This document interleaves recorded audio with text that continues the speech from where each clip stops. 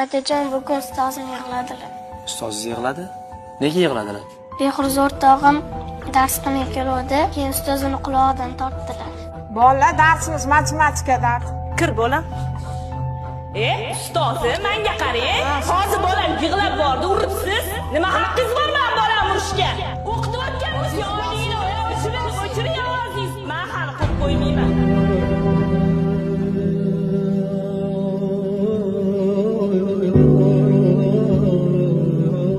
Adajon, sizlar paytinglarda ustozlar yig'laganmi?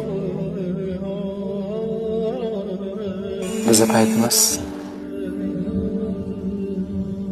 Bizani yoshligimizda ustozlarning qadri otani qadri bilan bir xil edi.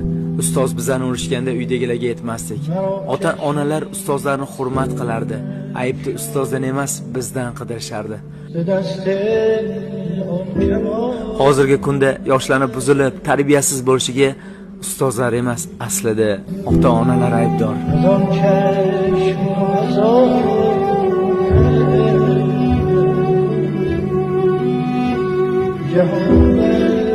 Oyijon, yuring maktabga. Nega?